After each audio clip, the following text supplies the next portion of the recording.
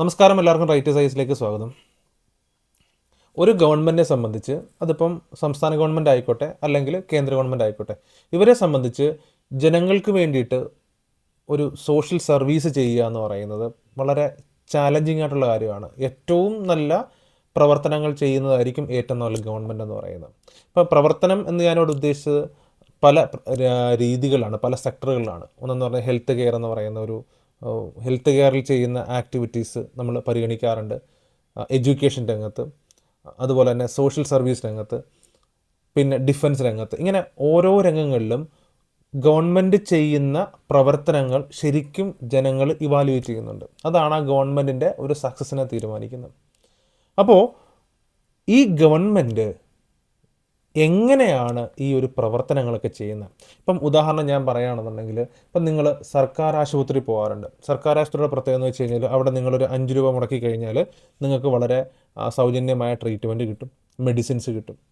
അതേസമയം നിങ്ങൾ ഒരു ഗവൺമെൻറ് സ്കൂളിലേക്ക്, ഒരു സർക്കാർ സ്കൂളിലേക്ക് പോയി കഴിഞ്ഞാൽ അവിടെ എന്താ കിട്ടുന്നത്? നിങ്ങൾക്ക് ഫ്രീ ആയിട്ടുള്ള ടെക്സ്റ്റ് ബുക്കുകൾ കിട്ടും, അല്ലേ? ഫ്രീ ടെക്സ്റ്റ് ബുക്കുണ്ട്. അതുപോലെ തന്നെ ഫ്രീ എഡ്യൂക്കേഷനുണ്ട്. നിങ്ങളവിടെ ഫീസ് കൊടുക്കേണ്ട കാര്യമില്ല, നിങ്ങൾക്ക് ഫ്രീ ആയിട്ട് എഡ്യൂക്കേഷൻ കിട്ടും. ഇത് ആരാ തരുന്നത്? ഗവൺമെൻറ്റാണ് തരുന്നത്. അതുപോലെ നിങ്ങൾക്ക് വളരെ സോഫിസ്റ്റിക്കേറ്റഡ് ആയിട്ടുള്ള നാഷണൽ ഹൈവേസ് ഉണ്ട്, ഇല്ലേ? വളരെ മികച്ച റോഡുകളുണ്ട്, റോഡ് സംവിധാനങ്ങളുണ്ട്, അതുപോലെ തന്നെ പാലങ്ങളുണ്ട്, അല്ലേ? ഇതെല്ലാം നിങ്ങൾക്ക് ആരാണ് തരുന്നത്? ഗവൺമെൻറ്റാണ് തരുന്നത്. ആ സമയം നിങ്ങൾ തന്നില്ല എന്നുണ്ടെങ്കിൽ നിങ്ങൾ ഗവൺമെൻറ്റിനെ കുറ്റം പറയുകയും ചെയ്യും. അപ്പോൾ ഗവൺമെൻറ്റിനെ സംബന്ധിച്ച് ഒരു ഒബ്ലിഗേഷനാണ് നിങ്ങൾക്ക് ഇത്രയും സർവീസുകൾ തരണമെന്നുള്ളത്. അപ്പോൾ ഇത്രയും സർവീസുകൾ തരുന്നതിന് വേണ്ടിയിട്ട് സർക്കാരിന് എന്ത് വേണം? ഫണ്ട് ഫ്ലോ വേണം, അല്ലേ? ക്യാഷ് വേണം സർക്കാരിന്. നമുക്കറിയാം, ഇപ്പോൾ ഒരു നാഷണൽ ഹൈവേ പ്രൊജക്റ്റ് എന്ന് പറയുമ്പം ലക്ഷക്കണക്കിന് കോടിക്കണക്കിന് രൂപയുടെ പദ്ധതികളായിരിക്കാം. ഇപ്പോൾ സ്കൂൾ തുറക്കുമ്പം പുസ്തകങ്ങൾ എത്തിക്കുക എന്ന് പറയുന്നത് വളരെ ചിലവേറിയ കാര്യമാണ്. ഒരു സ്കൂൾ ഒരു വർഷം റൺ ചെയ്യുമ്പം എത്ര അധ്യാപകരുണ്ട്, അധ്യാപകർക്കുള്ള ശമ്പളം കൊടുക്കുക എന്ന് ഗവൺമെൻറ്റിനെ സംബന്ധിച്ച് ഏറ്റവും വലിയൊരു കടമ്പയാണ്. ഇത്രയും പണം എവിടെ നിന്നാണ് ഗവൺമെൻറ് കണ്ടെത്തുന്നത്? അങ്ങനെ ഗവൺമെൻറ് ഈ ഫണ്ട് കണ്ടെത്തുന്നതിന് വേണ്ടിയിട്ടുള്ള ഒരു പ്രധാനപ്പെട്ട മാർഗമാണ് ടാക്സ് എന്ന് പറയുന്നത്. നമ്മളതിനെ നികുതി എന്ന് പറയാറുണ്ട്. നികുതി എന്നാണ് നമ്മൾ മലയാളത്തിൽ പറയുന്നത്. അപ്പം ഈ നികുതിയിലൂടെയാണ് സർക്കാർ നല്ലൊരു ശതമാനം വരുമാനം കണ്ടെത്തുന്നത്. ആ നികുതിയിൽ നിന്ന് കിട്ടുന്ന പണം ഉപയോഗിച്ചിട്ടാണ് സർക്കാർ സർവീസുകളൊക്കെ നിങ്ങൾക്ക് തരുന്നത്. അപ്പം നമ്മൾ ഇന്നത്തെ ക്ലാസ്സിൽ പഠിക്കാൻ പോകുന്നത് നമ്മുടെ ടാക്സേഷൻ സിസ്റ്റത്തെക്കുറിച്ച്. എങ്ങനെയാണ് നികുതി പ്രവർത്തിക്കുന്നത്, എങ്ങനെയാണ് നികുതി കളക്ട് ചെയ്യപ്പെടുന്നത്, ഇതെങ്ങനെ ഉപയോഗിക്കപ്പെടുന്നു എന്നുള്ളതിനെക്കുറിച്ച് വളരെ ബേസിക്കായിട്ട് ഒരു ബിഗിനറെ സംബന്ധിച്ച്, ടാക്സിനെ കുറിച്ച് ഒന്നും അറിയാത്ത ഒരാളെ സംബന്ധിച്ച് നിങ്ങൾക്ക് വളരെ ലഘുവായിട്ട് പഠിച്ചു തുടങ്ങാൻ പറ്റുന്നൊരു വീഡിയോ ആയിരിക്കും ഇത്. ഓക്കെ, അപ്പോൾ നമുക്ക് നേരെ ക്ലാസ്സിലേക്ക് കിടക്കാം. നമുക്ക് ആദ്യം ടാക്സിൻ്റെ ഒരു ഡെഫിനിഷൻ പറഞ്ഞ് തന്നെ നമുക്ക് ക്ലാസ് തുടങ്ങാം. What is tax? എന്താണ് ടാക്സ് എന്ന് പറഞ്ഞു കഴിഞ്ഞാൽ, tax is a compulsory financial charge imposed by the government. അതായത് ടാക്സ് എന്ന് പറയുന്നത് കമ്പൽസറി ആണ്. സർക്കാരിനെ സംബന്ധിച്ച് ടാക്സ് ഇമ്പോസ് ചെയ്യുന്നത്, ടാക്സ് നമ്മൾ ഒരാളിലേക്ക് ഏൽപ്പിക്കുന്നത്, നിങ്ങൾ ടാക്സ് അടയ്ക്കണം എന്ന് പറയുന്നത് കമ്പൽസറിയാണ്. എല്ലാവരും ടാക്സ് അടച്ചേ പറ്റൂ. Compulsory financial charge imposed by the government on individuals, അതായത് വ്യക്തികൾക്ക് മേൽ ചുമത്തപ്പെടുന്നുണ്ട്. ബിസിനസ്സസ്, അതായത് നമ്മളുടെ സംരംഭങ്ങൾ, ബിസിനസ് ഓർഗനൈസേഷന് മുകളിൽ ചാർജ് ചെയ്യപ്പെടുന്നുണ്ട്. അതുപോലെ കോർപ്പറേഷൻസ്, വൻകിട കമ്പനികളുടെ മുകളിലേക്കും എന്ത് വരുന്നുണ്ട്? ടാക്സ് ചുമത്തപ്പെടുന്നുണ്ട്. ഓക്കെ, ഇത് കമ്പൽസറി ആണ്. ഇപ്പം ഏതൊരു വ്യക്തിയും ടാക്സ് അടച്ചേ പറ്റൂ, ഏതൊരു ബിസിനസ്സും ടാക്സ് അടച്ചേ പറ്റൂ. എത്ര വലിയ കോർപ്പറേഷൻസ് ആണെങ്കിലും എന്ത് ചെയ്യണം? അവർ ടാക്സ് അടച്ചേ പറ്റൂ. It's A compulsory. It is an involuntary payment that must be made according to law and it is not linked to any direct benefit received by the taxpayer. അത് വളരെ പ്രധാനപ്പെട്ടൊരു പോയിൻ്റാണ്. അതായത് നമ്മൾ പറയുന്നത് വെച്ച് കഴിഞ്ഞാൽ എല്ലാ ആളുകളും ടാക്സ് കൊടുത്തേ പറ്റൂ. അതുപോലെ it is an involuntary payment ആണ്.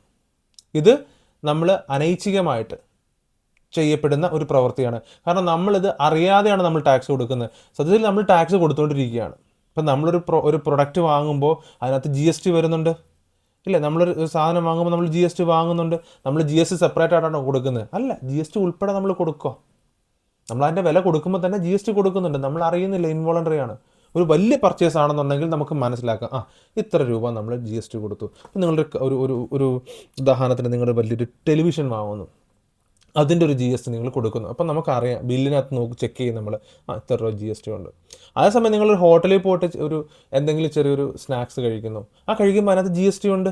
GST നമ്മൾ ചെക്ക് ചെയ്യത്തില്ല, GST ഉൾപ്പെടെ നമ്മൾ കൊടുത്തു എന്ന് പറയുന്നുള്ളൂ. So it is involuntary payment ആണ്. അക്കോർഡിംഗ് ടു ലോ, നിയമപ്രകാരം നമ്മൾ കൊടുക്കുന്ന ഇൻവോളണ്ടറി പേയ്മെൻറ്റ് കൂടിയാണ് ടാക്സ് എന്ന് പറയുന്നത്. Okay, and it is not linked to any direct benefit received by the tax payer. അതുപോലെ തന്നെ നിങ്ങളിപ്പം GST കൊടുക്കുന്നു എന്ന് പറഞ്ഞിട്ട് GST കൊടുക്കുന്നതിന് ആനുപാതികമായിട്ട് നിങ്ങൾക്ക് ഒരു ഡയറക്റ്റ് ബെനിഫിറ്റും നിങ്ങൾക്ക് കിട്ടുന്നില്ല. നിങ്ങൾക്കൊരു ഡയറക്റ്റ് ബെനിഫിറ്റും കിട്ടത്തില്ല എന്നാണ് സാരം. ഓക്കെ, ഇതാണ് ടാക്സ് എന്ന് പറയുന്നത്. നമ്മളെല്ലാവരും കൊടുത്തുകൊണ്ടിരിക്കുന്നതാണ് ടാക്സ്. ഈ ടാക്സ് എന്ന് പറയുന്നതാണ് സർക്കാരിൻ്റെ ഒരു വരുമാനം. Okay, clear. ഞാൻ നിങ്ങൾക്കൊരു ടാക്സേഷൻ സിസ്റ്റം വർക്ക് ചെയ്യുന്നത് നിങ്ങൾക്ക് എങ്ങനെയാണെന്ന് ഞാൻ കാണിച്ചു തരാം. നോക്കിയാട്ടെ, ഇവിടെ ഈ ചിത്രം നോക്കുമ്പോൾ സിമ്പിളായിട്ട് നമുക്ക് മനസ്സിലാക്കാൻ പറ്റും. ഒരു 3 എൻറ്റിറ്റി ഞാൻ പറയുന്നുണ്ട്. ഒന്നെന്ന് പറഞ്ഞാൽ people earn and pay taxes. അതായത് ഈ സൈഡിൽ വന്നിരിക്കുന്നത് വെച്ചാൽ ആരൊക്കെയാണ് ടാക്സ് കൊടുക്കുന്നത്. ഇവിടെ രണ്ടാമത്തെ വെച്ചാൽ ആരാണ് ടാക്സ് റിസീവ് ചെയ്യുന്നത്. ടാക്സ് റിസീവ് ചെയ്തിട്ട് ഗവൺമെൻറ് എന്ത് ചെയ്യുന്നു എന്നാണ് മൂന്നാമത് പറഞ്ഞിരിക്കുന്നത്. നോക്കിയേ, ഇവിടെ നോക്കിയാൽ ടാക്സ് ആരൊക്കെയാണ് കൊടുക്കുന്നത്? സാലറി, അതായത് സാലറി വാങ്ങുന്ന എംപ്ലോയീസ്. ഇപ്പം നിങ്ങൾ ഒരു കമ്പനിയിൽ ജോലി ചെയ്യുന്നുണ്ട്, നിങ്ങൾക്ക് ശമ്പളം കിട്ടുന്നുണ്ട്. അപ്പോൾ ശമ്പളം കിട്ടുന്നതിന് നിങ്ങൾക്ക് എത്രയാണോ നിങ്ങൾ ഏൺ ചെയ്യുന്നത് അതിൽ നിന്നൊരു നിശ്ചിത ശതമാനം നിങ്ങൾ ടാക്സ് ആയിട്ട് കൊടുക്കണം. അതിനാണ് നമ്മൾ ഇൻകം ടാക്സ് എന്ന് പറയുന്നത്. പക്ഷേ എല്ലാവരും കൊടുക്കേണ്ട കാര്യമൊന്നുമില്ല. ഒരു 6 ലക്ഷം രൂപയ്ക്ക് മുകളിൽ പ്രതിവർഷം വരുമാനമുള്ള ആളുകൾ കൊടുത്താൽ മതി. സോ അതാണ്, അങ്ങനെയുള്ള ആളുകൾ ടാക്സ് കൊടുക്കുന്നുണ്ട്. അതുപോലെ ബിസിനസ്, നമ്മുടെ നാട്ടിൽ പ്രവർത്തിക്കുന്ന ബിസിനസ് ഓർഗനൈസേഷൻസ്, അവർ ടാക്സ് കൊടുക്കുന്നുണ്ട്. അവർ അതിൻ്റെ പ്രോഫിറ്റിന് ടാക്സ് കൊടുക്കുന്നുണ്ട്, അവർ GST കൊടുക്കുന്നുണ്ട്. അതുപോലെ തന്നെ GST, പിന്നെ പ്രോപ്പർട്ടി ടാക്സ്. നിങ്ങൾക്കിപ്പോൾ വസ്തു ഉണ്ടെന്നുണ്ടെങ്കിൽ ലാൻഡ് ടാക്സ് നിങ്ങൾക്ക് കരം അടയ്ക്കാറുണ്ട്, ലാൻഡ് ടാക്സ് കൊടുക്കാറുണ്ട്. ഇപ്പം നിങ്ങൾ വീട് വെച്ചിട്ടുണ്ടെന്നുണ്ടെങ്കിൽ വീടിന് കരം കൊടുക്കാറുണ്ട്. ഇപ്പം നിങ്ങളുടെ വീടിൻ്റെ ചിലപ്പോൾ 3000 സ്ക്വയർ ഫീറ്റിൽ കൂടുതൽ, ചിലപ്പോൾ നിങ്ങളുടെ വീടിൻ്റെ ഒരു മൊത്തം അളവെന്ന് പറയുന്നത് 3000 സ്ക്വയർ ഫീറ്റിന് മുകളിലാണെന്നുണ്ടെങ്കിൽ നിങ്ങൾ എന്ത് കൊടുക്കേണ്ടതായിട്ട് വരും? ടാക്സ് കൊടുക്കേണ്ടതായിട്ട് വരും. എല്ലാത്തിനും ടാക്സ് കൊടുക്കണം, ബട്ട് ഇത്ര സ്ക്വയർ ഫീറ്റിൻ്റെ മുകളിലേക്ക് പോകുമ്പോൾ ചാർജും കൂടിക്കൊണ്ടേയിരിക്കും. ഇതും നമ്മൾ എന്തായിട്ട് കൊടുക്കണം? കമ്പൽസറി ആയിട്ട് കൊടുത്തേ പറ്റൂ.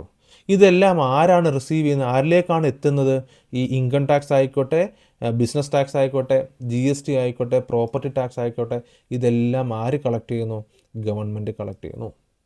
അങ്ങനെ ഗവൺമെൻറ് ഇത് കളക്ട് ചെയ്തിട്ട് ഗവൺമെൻറ്റിലേക്ക് വലിയൊരു വരുമാനം എത്തുന്നു. Okay, the government uses the collected taxes carefully and transparently. Government എന്ത് ചെയ്യും? ഈ കളക്ട് ചെയ്ത ടാക്സ് വളരെ ട്രാൻസ്പെറൻ്റ് ആയിട്ട് എന്ത് ചെയ്യും? പലവിധ ആവശ്യങ്ങൾക്കായിട്ട് ഉപയോഗിക്കും. അതിലൊന്നാണ് എഡ്യൂക്കേഷൻ. നമ്മളുടെ സ്കൂൾ സിസ്റ്റം, അല്ലെങ്കിൽ നമ്മളുടെ എഡ്യൂക്കേഷൻ സിസ്റ്റം പ്രവർത്തിക്കണം. അധ്യാപകർക്ക് ശമ്പളം കൊടുക്കണം, അനധ്യാപകർക്ക് ശമ്പളം കൊടുക്കണം, പുസ്തകങ്ങൾ എത്തിക്കണം. പുസ്തകങ്ങൾ മാത്രം പോരാ, സ്കൂളിലേക്ക് ആവശ്യം വേണ്ട കാര്യങ്ങളെല്ലാം, കെട്ടിട നിർമ്മാണം, എങ്ങനെ എല്ലാ കാര്യങ്ങൾക്കും പൈസ മുടക്കേണ്ടി വരും. ഹെൽത്ത് കെയർ, നമ്മുടെ ആശുപത്രി സംവിധാനങ്ങൾ പ്രവർത്തിക്കണം, അതിലേക്ക് ഈ ടാക്സ് തുക കൊടുക്കാറുണ്ട്. റോഡ് ആൻഡ് ഇൻഫ്രാസ്ട്രക്ചർ, നമ്മുടെ നാട്ടിലെ റോഡുകൾ, പാലങ്ങൾ, ഇതിൻ്റെ എല്ലാം നിർമ്മാണത്തിന് വേണ്ടി പണം മുടക്കുന്നത്. ഡിഫൻസ് ആൻഡ് സെക്യൂരിറ്റി, നമ്മുടെ രാജ്യത്തെ പ്രതിരോധ വകുപ്പിലേക്ക് വേണ്ടിയിട്ട് പണം മുടക്കാറുണ്ട്.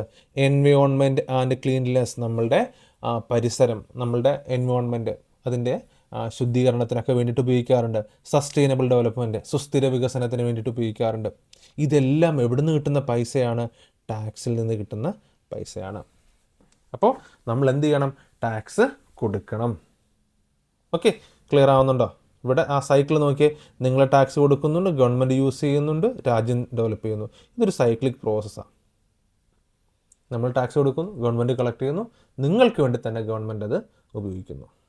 ഇതാണ് ഒരു ടാക്സേഷൻ സിസ്റ്റം വർക്ക് ചെയ്യുന്നത്. ഇങ്ങനെയാണ് നമ്മളുടെ രാജ്യത്തെ ടാക്സേഷൻ സിസ്റ്റം എന്ന് പറയുന്നത്. ഓക്കെ, നമുക്കിനി ബാക്കി നോക്കാം. ഇത് തന്നെയാണ് ഞാനിവിടെ സ്ലൈഡിനകത്ത് കാണിച്ച കാര്യങ്ങൾ തന്നെയാണ് ഈ പറയുന്ന ടാക്സേഷൻ സിസ്റ്റത്തിൻ്റെ is a fundamental mechanism through which government raise revenue to finance their activities. സർക്കാരിൻ്റെ പ്രവർത്തനങ്ങൾ കൊണ്ടുപോകുന്നതിന് വേണ്ടിയിട്ട് ഫണ്ട് റേസ് ചെയ്യാനാണ് ടാക്സ് എന്ന് പറയുന്ന സിസ്റ്റം ഉപയോഗിക്കുന്നത്, ആ മെക്കാനിസം ഉപയോഗിക്കുന്നത്. അപ്പം അടുത്ത ചോദ്യം, it enables the provision of essential public goods and services such as health care, education, infrastructure, national defence, law enforcement and social welfare programmes. അതായത് നമുക്ക് ഫ്രീ എഡ്യൂക്കേഷൻ, നമുക്ക് ഫ്രീ ഹെൽത്ത് കെയർ, ഇതെല്ലാം കിട്ടണമെന്നുണ്ടെങ്കിൽ ഈ ടാക്സിൽ നിന്നുള്ള വരുമാനം ഉപയോഗിക്കുന്നത്. അപ്പം നമുക്കിത് ഇപ്പോൾ പണ്ടൊക്കെ ഇങ്ങനെ പറയുമായിരുന്നു, എൻ്റെ ടാക്സ്, എൻ്റെ എന്താ പറയുക, ഞാൻ കൊടുക്കുന്ന പൈസ കൊണ്ടാണ് നിങ്ങൾക്ക് സർക്കാർ ഉദ്യോഗസ്ഥർക്ക് ശമ്പളം കൊടുക്കുന്നത്. ശരിയാണ്, കാരണം എല്ലാ പൗരന്മാരും ടാക്സ് അടയ്ക്കുന്നുണ്ട്. ആ ടാക്സിൽ നിന്നുള്ള വരുമാനം കൊണ്ടാണ് ഗവൺമെൻറ് റൺ ചെയ്യുന്നത്.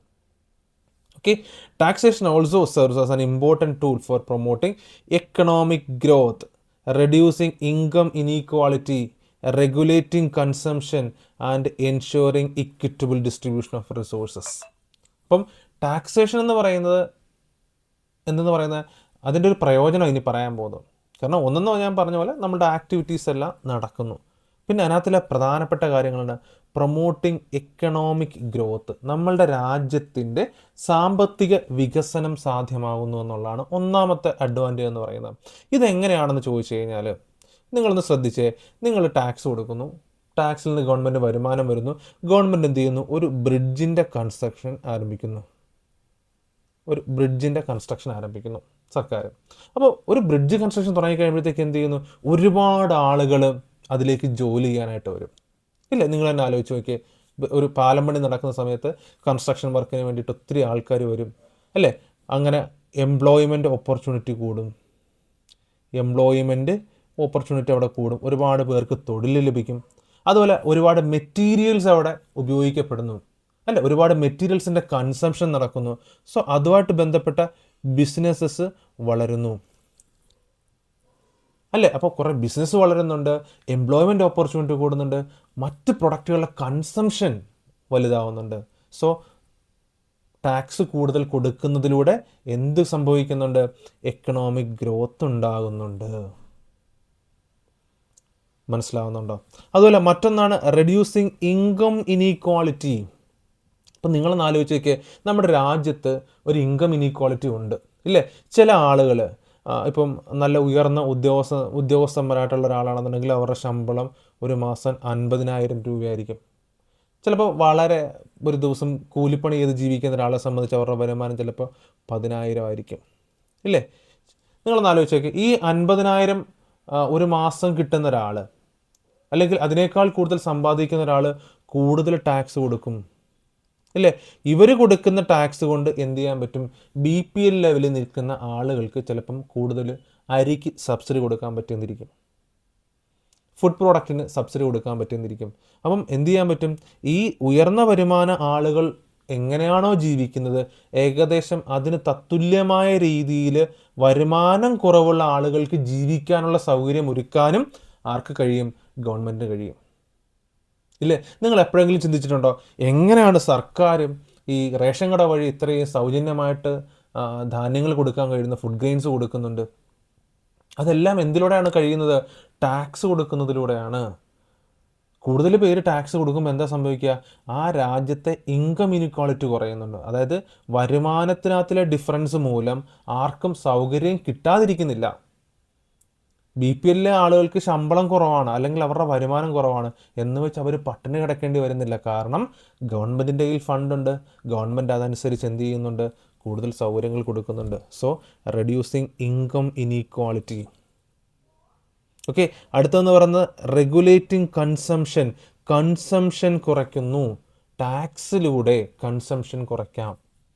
ഇപ്പം ഉദാഹരണത്തിന് നമ്മളുടെ രാജ്യത്ത് alcohol,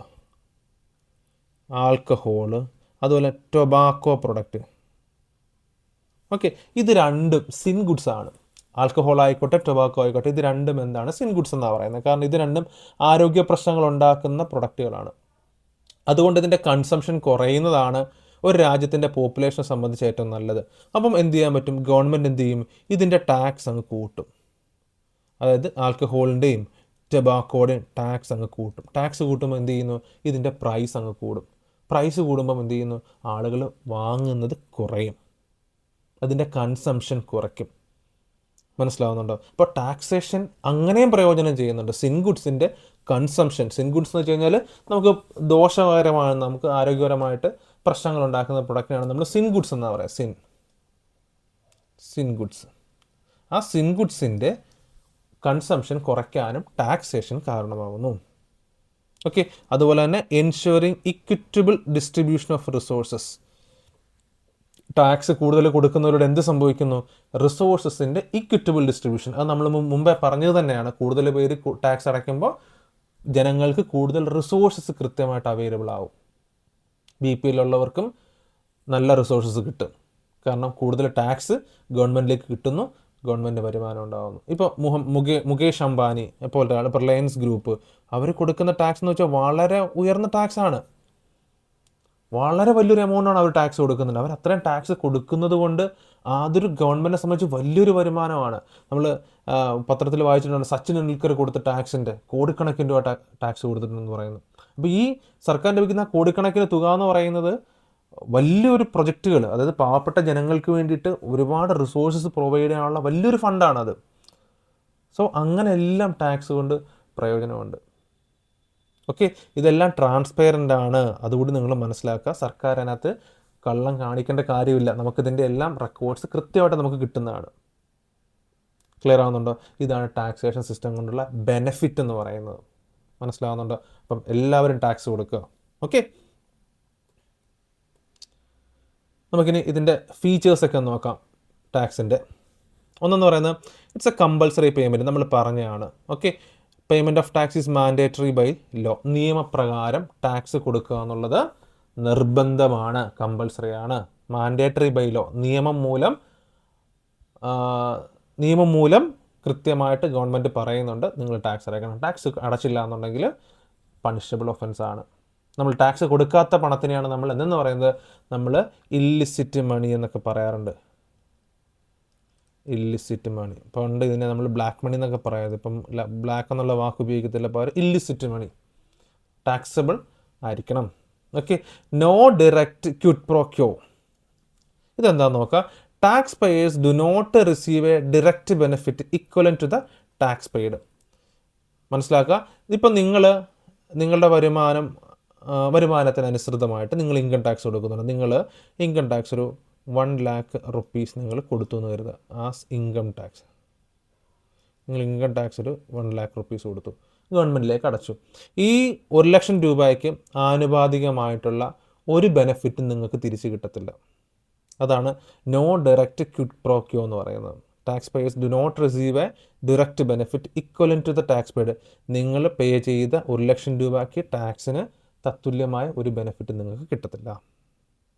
okay, and levied by government. Tax ചുമത്തുന്ന ആരാണ്? ഗവൺമെൻറ് ആണ്. By the union, state or local government. ആരൊക്കെയാണ് ടാക്സ് ചുമത്തുന്നത്? നമ്മളുടെ കേന്ദ്ര ഗവൺമെൻറ് ടാക്സ് ചുമത്താറുണ്ട്, സംസ്ഥാന ഗവൺമെൻറ്, അതുപോലെ ലോക്കൽ ഗവൺമെൻറ്, നമ്മളുടെ തദ്ദേശ സ്വയംഭരണ സ്ഥാപനങ്ങളും ടാക്സ് ചുമത്താറുണ്ട്. Okay, sources of public revenue. Taxes finance government expenditure and development activities. അതായത് ഈ ടാക്സ് എന്ന് പറയുന്നത് എന്താണ്? ഗവൺമെൻറ്റിന് കൂടുതൽ ഫിനാൻസ് കിട്ടുന്നു, അതുവഴി ഗവൺമെൻറ്റിൻ്റെ ചെലവുകൾ കണ്ടെത്താൻ, നമ്മളുടെ ഡെവലപ്മെൻറ്റ് ആക്ടിവിറ്റീസ് ഒക്കെ നടത്താൻ പറ്റുന്ന ഒരു സോഴ്സ് ഓഫ് ഇൻകമാണ് ടാക്സ് എന്ന് പറയുന്നത്. ഓക്കെ, ഇത്രയാണ് കീ ഫീച്ചേഴ്സ് ഓഫ് ടാക്സിൻ്റെ ഫീച്ചറുകൾ എന്ന് പറയുന്നത്. ഓക്കെ, നമുക്കിനി ടാക്സേഷൻ മെത്തേഡുകളുണ്ട്. അത് 3 തരത്തിൽ ഉണ്ട്. നമുക്ക് ഏതൊക്കെയാണെന്ന് നോക്കാം. ഒന്നാമത്തേനാണ് നമ്മൾ പ്രൊപ്പോർഷണൽ മെത്തേഡ് എന്ന് പറയുന്നത്, പ്രൊപ്പോർഷണൽ അല്ലെങ്കിൽ ഫ്ലാറ്റ് ടാക്സേഷൻ എന്ന് പറയുന്നത്. രണ്ടാമത്തതാണ് പ്രോഗ്രസീവ് ടാക്സേഷൻ എന്ന് പറയുന്നത്. മൂന്നാമത്തത് റിഗ്രസീവ്, അടുത്തത് ഡിഗ്രസീവ്. ഇങ്ങനെ 4 തരത്തിലുള്ള ടാക്സേഷൻ മെത്തേഡ്സ് ഉണ്ട്, ടാക്സ് ചുമത്തുന്ന രീതികളുണ്ട്. ഓക്കെ, അത് ഏതൊക്കെയാണെന്ന് നമുക്ക് നോക്കാം. ഒന്നാമത്തേതാണ് പ്രൊപ്പോർഷണൽ ടാക്സേഷൻ, അല്ലെങ്കിൽ നമ്മളതിനെ ഫ്ലാറ്റ് ടാക്സേഷൻ എന്ന് പറയുന്നത്. ഫ്ലാറ്റ് എന്ന് പറയുമ്പോൾ നമുക്കറിയാം എന്താണ്, ഫ്ലാറ്റായിട്ട് ഇങ്ങനെ പോയിക്കൊണ്ടിരിക്കുക, അതിനകത്ത് യാതൊരു ഉയർച്ചയില്ല താഴ്ചയില്ല, ഇങ്ങനെ പോകുന്നതിനെയാണ് നമ്മൾ എന്തെന്ന് പറയുന്നത്, ഫ്ലാറ്റ് ടാക്സേഷൻ എന്ന് പറയുന്നത്. നമുക്ക് നോക്കാം. Proportional taxation, also known as flat taxation, is a taxation system in which the same rate of tax is imposed on all tax payers regardless of their income level. ഇതെന്ന് വെച്ച് കഴിഞ്ഞാൽ എല്ലാ വ്യക്തികൾക്കും അതായത് നമ്മളെപ്പോലുള്ള ഏറ്റവും മിഡിൽ ക്ലാസ്സിൽ തുടങ്ങുന്ന, മിഡിൽ ക്ലാസ് മുതൽ ലോ ക്ലാസ് ആയിക്കോട്ടെ ഹൈ ക്ലാസ് ആയിക്കോട്ടെ, ഏത് ക്ലാസ്സിലുള്ള ഇൻഡിവിജ്വൽസിനായാലും ഒരേ tax, same amount of tax അല്ലെങ്കിൽ സെയിം റേറ്റ് ഓഫ് ടാക്സ് ചുമത്തുന്ന രീതിക്ക് പറയുന്ന പേരാണ് എന്തെന്ന് പറയുന്നത്, പ്രൊപ്പോർഷണൽ ടാക്സേഷൻ എന്ന് പറയുന്നത്. ക്ലിയർ? ഇതാണ് പ്രൊപ്പോർഷണൽ ടാക്സേഷൻ. ഇപ്പം ഉദാഹരണത്തിന് ഒരാളുടെ വരുമാനം 10,000 രൂപയാണ് എന്ന് കരുതുക. അയാൾക്ക് മേൽ ചുമത്തുന്ന ടാക്സ് 10%. 20,000 രൂപ വരുമാനമുള്ള ആളാണെങ്കിലും അയാളുടെ മുകളിൽ 10% ടാക്സാണ് കൊടുക്കുന്നത്. ഇത്തരത്തിലുള്ള ടാക്സിന് പറയുന്ന പേരാണ് പ്രൊപ്പോർഷണൽ അല്ലെങ്കിൽ ഫ്ലാറ്റ് ടാക്സേഷൻ എന്ന് പറയുന്നത്. ക്ലിയർ ആവുന്നുണ്ടോ? ഇതിനകത്ത് ആളുടെ വരുമാനവും നോക്കുന്നില്ല, എല്ലാവരും ഒരേ ടാക്സ് കൊടുത്തേ പറ്റൂ, നിർബന്ധമായിട്ടും കൊടുത്തേ പറ്റൂ. അതിനാണ് നമ്മൾ എന്ന് പറയുന്ന ഫ്ലാറ്റ് ടാക്സേഷൻ എന്ന് പറയുന്നത്. In this system, every individual pays tax at a fixed percentage of their income. While the tax remains constant, the actual amount of tax paid increases as the income increases. ഇവിടെ നോക്കിക്കേ, ഇവിടെ same rate ആണ് government ചുമത്തുന്നത്, 10% tax. ഇപ്പം നമ്മൾ പറയാണ്, ഉദാഹരണത്തിന് പറയാം, എല്ലാ സിഗരറ്റിൻ്റെ എല്ലാ പ്രൊഡക്റ്റും അല്ലെങ്കിൽ എല്ലാ സിഗരറ്റിനും എന്താ പറയുന്നത് 10% ടാക്സാണെന്ന് കരുതുക. ഒരു പാക്കറ്റ് സിഗരറ്റിന് 10% ടാക്സാണ് എന്ന് കരുതുക. അതായത് ഒരു പാക്കറ്റ് സിഗരറ്റിൻ്റെ വില 100 രൂപയാണെന്നുണ്ടെങ്കിൽ ഓക്കെ, അതിന് 10% ടാക്സ് എന്ന് പറയുമ്പോൾ 10 രൂപയാണ് അതിൻ്റെ ടാക്സ് വരുന്നത്. 10 രൂപ ടാക്സ് കൊടുക്കണം. ഉദാഹരണം പറയാണ്, ഒരു പാക്കറ്റ് സിഗരറ്റിന് ഗവൺമെൻറ് ചാർജ് ചെയ്യുന്ന ടാക്സ് 10%. ആ സിഗരറ്റിൻ്റെ പാക്കറ്റിൽ വില 100 രൂപയാണ്. അപ്പോൾ എത്രയായിരിക്കും അതിൻ്റെ ടാക്സ് വരുന്നത്? 10 രൂപയാണ്. ഇപ്പോൾ 10,000 രൂപ ഉള്ള ആൾ മേടിച്ചാലും എത്ര വരുന്നുണ്ട്? 10 രൂപയാണ് വരുന്നത്. 20,000 രൂപ ഉള്ള ആൾ മേടിച്ചാലും എന്ത് ചെയ്യുന്നു? 10 രൂപ തന്നെയാണ്. ഇൻ കേസ് പക്ഷേ ഈ വരുമാനം കൂടിയ ആൾ ചിലപ്പോൾ കൂടുതൽ ക്വാണ്ടിറ്റി മേടിച്ച് കഴിഞ്ഞാൽ അതിനകത്ത് വ്യത്യാസം വരും. ഓക്കെ, നിങ്ങൾ മനസ്സിലാക്കുക. ഈ ടാക്സ് എന്ന് പറയുന്നത് എന്താണ്? ശരിക്കും ചുമത്തുന്നത് എങ്ങനെയാണ്? ഫ്ലാറ്റ് റേറ്റ് ആണ്. പ്രൊപ്പോർഷണൽ ടാക്സേഷൻ ഫ്ലാറ്റ് ആണ്, സെയിം റേറ്റ് ആയിരിക്കും. പക്ഷേ നമ്മൾ കൊടുക്കുന്ന അനുസരിച്ച്, നമ്മൾ എത്ര യൂണിറ്റ് ആണോ കൺസ്യൂം ചെയ്യുന്നത്, അല്ലെങ്കിൽ നമ്മളുടെ ഇൻകം കൂടുന്നതനുസരിച്ച് നമ്മൾ കൊടുക്കുന്ന ടാക്സിൻ്റെ ആ ക്യാഷ് കൂടിക്കൊണ്ടിരിക്കും, ബട്ട് ആ റേറ്റ് മാറുന്നില്ല. ക്ലിയർ ആവുന്നുണ്ടോ? അതാണ് പ്രൊപ്പോർഷണൽ ടാക്സേഷൻ. സെയിം റേറ്റ്, അതാണ് പ്രൊപ്പോർഷണൽ ടാക്സേഷൻ. Flat taxation. അടുത്ത പ്രോഗ്രസീവ് ടാക്സേഷൻ. പ്രോഗ്രസീവ് ടാക്സേഷൻ എന്ന് വെച്ച് കഴിഞ്ഞാൽ it's A taxation system in which the tax rate increases as the income level increases. അതായത് ഓരോ വ്യക്തികളുടെയും ഇൻകം കൂടുന്നതിനനുസരിച്ച് ടാക്സ് റേറ്റ് കൂടിക്കൊണ്ടേയിരിക്കും. ഇത്തരത്തിലുള്ള ടാക്സിനെയാണ് പ്രോഗ്രസീവ് ടാക്സേഷൻ എന്ന് പറയുന്നത്. Okay, under this system individuals with higher income pay not only a larger amount of tax but also a higher percentage of their income as tax. Okay, ഉദാഹരണത്തിന് നമ്മളുടെ income tax, നമ്മുടെ രാജ്യത്ത് നമ്മൾ അടിക്കുന്ന income tax എന്ന് പറയുന്നത് എന്താണ്? ഒരു പ്രോഗ്രസീവ് ടാക്സാണ്. അതായത് ഇപ്പോൾ ഉദാഹരണത്തിന് ഞാൻ പറയുകയാണ്, അപ് ടു 3 ലക്ഷം രൂപ, 3 ലക്ഷം രൂപ വരെ ഒരു വർഷം വരുമാനമുള്ള ആൾ 0% ടാക്സാണ്. ഓക്കെ, 3 ലക്ഷം മുതൽ 6 ലക്ഷം രൂപ വരെ വരുമാനമുള്ളവർ 5% ടാക്സ് കൊടുക്കണം. ഓക്കെ, 6 ലക്ഷം മുതൽ 12 ലക്ഷം രൂപ വരെ ഉള്ളവർ 10% ടാക്സ് കൊടുക്കണം. 12 ലക്ഷം മുതൽ അല്ലെങ്കിൽ 20 ലക്ഷം രൂപ ഉള്ളവർ 15% ടാക്സ് കൊടുക്കണം. ഓക്കെ, ഇതാണ് ഒരു ഇൻകം ടാക്സിൻ്റെ ഒരു രീതി എന്ന് കരുതുക. അതിനകത്തിലെ ആ ഒരു പെർസെൻറ്റേജിനകത്ത് ചെറിയ വ്യത്യാസം വന്നിരിക്കാം. ഞാൻ ഒരു ഉദാഹരണമായിട്ട് പറഞ്ഞതേ. ഇവിടെ നോക്കിയേ, 3 ലക്ഷം രൂപ വരെ ഉള്ളവർ 0% കൊടുത്താൽ മതി. അതായത് ഒരാളുടെ വരുമാനം 3 ലക്ഷം രൂപ വരെ ഉള്ളൂ, അപ്പോൾ അവർ 3 ലക്ഷം കൊടുത്താൽ മതി. 3 ലക്ഷം രൂപ വരുമാനം ഉള്ളൂ, അവർ 0% ടാക്സ് കൊടുത്താൽ മതി.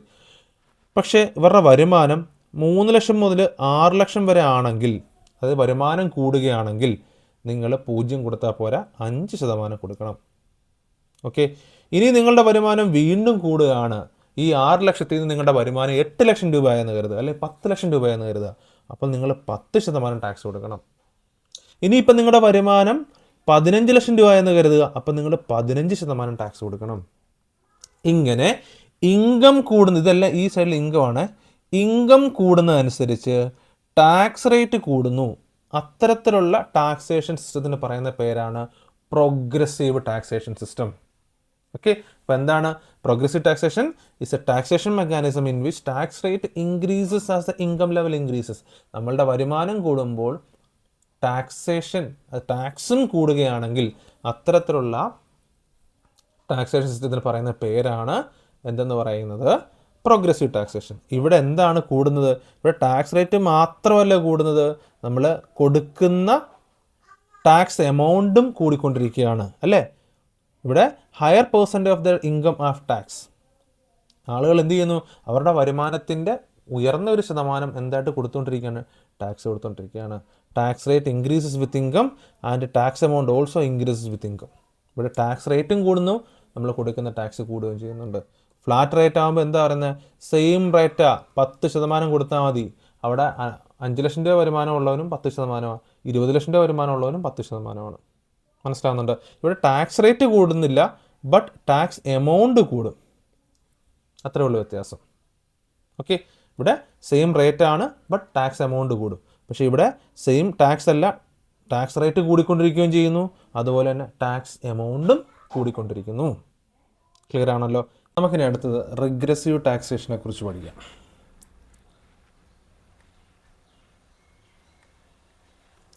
Regressive taxation is a taxation system in which tax rate decreases as income increases. അതായത് ഇൻകം കൂടുന്നതനുസരിച്ച് നമുക്ക് ടാക്സ് കൂടുന്നു, ഡിക്രീസ് ചെയ്യുന്നു. അത്തരത്തിലുള്ള ടാക്സേഷൻ മെത്തേഡിന് പറയുന്ന പേരാണ് റിഗ്രസീവ് ടാക്സേഷൻ. അതായത് ഇൻകം കൂടുമ്പോൾ ടാക്സ് കുറയുന്നു. ഓക്കെ, അപ്പോൾ സ്വാഭാവികമായിട്ടും ഇപ്പോൾ നിങ്ങൾ ചിന്തിക്കുന്ന ഇതായിരിക്കും, സാധാരണഗതിയിൽ ഇൻകം കൂടുന്ന അല്ലെങ്കിൽ കൂടുതൽ ഇൻകം ഉള്ള ഒരാൾക്ക് എന്തുകൊണ്ടാണ് കുറച്ച് ടാക്സ് വാങ്ങുന്നത്, എന്തിനാണ് അങ്ങനെ ഒരു ടാക്സ് മെക്കാനിസം എന്നൊക്കെ നിങ്ങളിപ്പോൾ ചിന്തിക്കുമായിരിക്കും. ആക്ച്വലി അതിനകത്ത് കൺഫ്യൂഷൻ വേണ്ട. ഇതൊരിക്കലും ഗവൺമെൻറ് പർപ്പസ്ലി ചെയ്യുന്ന ഒരു ടാക്സേഷൻ പരിപാടി അല്ല റിഗ്രസീവ് ടാക്സേഷൻ എന്ന് പറയുന്നത്. ഇത് സ്വാഭാവികമായിട്ടും അങ്ങനെ സംഭവിച്ചു പോകുന്നതാണ് ഈ റിഗ്രഷൻ അല്ലെങ്കിൽ റിഗ്രസീവ് ടാക്സേഷൻ മെക്കാനിസം എന്ന് പറയുന്നത്. ഓക്കെ, അതെങ്ങനെയാണെന്ന് ഞാൻ എക്സാമ്പിൾ വെച്ച് പറഞ്ഞുതരാം. The tax burden decreases as the income increases. നമ്മൾ പറഞ്ഞ പോലെ തന്നെ ഇൻകം കൂടുന്നതനുസരിച്ച് ടാക്സിൻ്റെ ബേർഡൻ എന്ത് ചെയ്യുന്നു? കുറഞ്ഞു വന്നുകൊണ്ടിരിക്കും.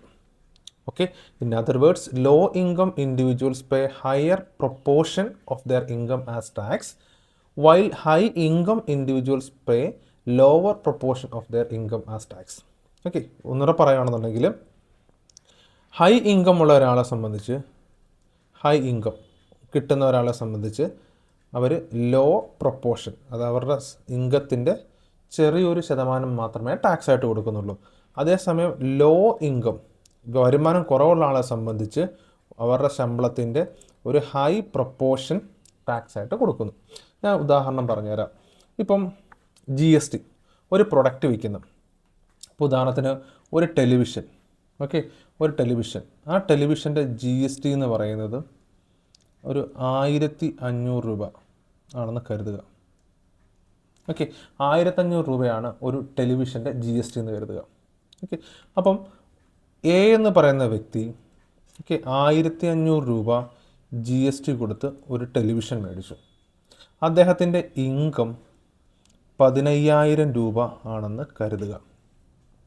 ഓക്കെ, അപ്പം 15000 രൂപ ഇൻകം ഉള്ള ഒരാൾ 1500 രൂപ GST ആയിട്ട് കൊടുത്തു.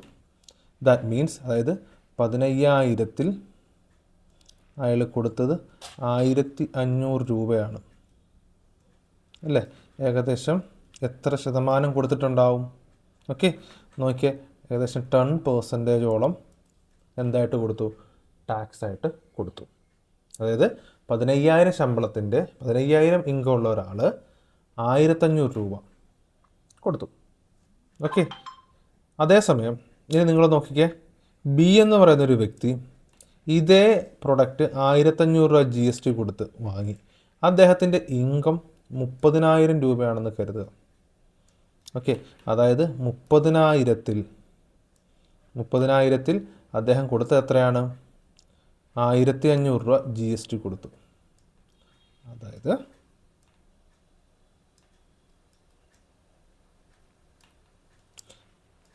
5%. ആലോചിച്ച് നോക്കിയേ, ഇവിടെ 15,000 രൂപ ഇൻകം ഉള്ള ഒരാളെ സംബന്ധിച്ച് അതിൻ്റെ 10% ടാക്സ് കൊടുക്കേണ്ടതായിട്ട് വന്നു. പക്ഷേ ഇൻകം കൂടി അത് 30,000-ലെത്തിയപ്പോൾ എത്ര കൊടുത്തു? 5% കൊടുത്തുള്ളൂ. മീൻസ് ഇവിടെ ഇൻകം കൂടിയപ്പോൾ അവർ കൊടുത്ത ടാക്സ് എമൗണ്ട് അതിൻ്റെ പ്രൊപ്പോർഷൻ കുറഞ്ഞു വന്നു. ഇത്തരത്തിലുള്ള ടാക്സിന് പറയുന്ന പേരാണ് റിഗ്രസീവ് ടാക്സേഷൻ എന്ന് പറയുന്നത്. ഇതൊരിക്കലും പർപ്പസ്ലി ഗവൺമെൻറ് ചെയ്യുന്നതല്ല. മനസ്സിലാവുന്നുണ്ടോ? ഓക്കെ, നിങ്ങൾ നോക്കുമ്പോൾ തന്നെ നമുക്ക് മനസ്സിലാക്കാൻ പറ്റും ഇത് ഗവൺമെൻറ് ബോധപൂർവം ചെയ്യുന്ന ഒരു ടാക്സേഷൻ മെക്കാനിസം അല്ല, മറിച്ച് അത് അങ്ങനെ സംഭവിക്കുന്നതാണ്. അതായത് ഇൻകം കൂടുന്നതനുസരിച്ച് ടാക്സ് എമൗണ്ടിൻ്റെ അല്ലെങ്കിൽ ടാക്സ് പ്രൊപ്പോർഷൻ കൂടുന്നു. ഇതിനെയാണ് ഇൻകം കൂടുന്നതനുസരിച്ച് ടാക്സ് പ്രൊപ്പോർഷൻ കുറയുന്നു. ഇത്തരത്തിലുള്ള ടാക്സേഷൻ മെക്കാനിസമാണ് റിഗ്രസീവ് ടാക്സേഷൻ എന്ന് പറയുന്നത്.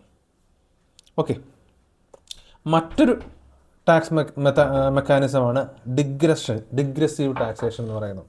ഓക്കെ, ഡിഗ്രസീവ് ടാക്സേഷൻ എന്ന് വെച്ച് കഴിഞ്ഞാൽ it's a system in which the tax rate increases with income up to a certain level, but beyond that level the rate either remains constant or increases at a slower pace.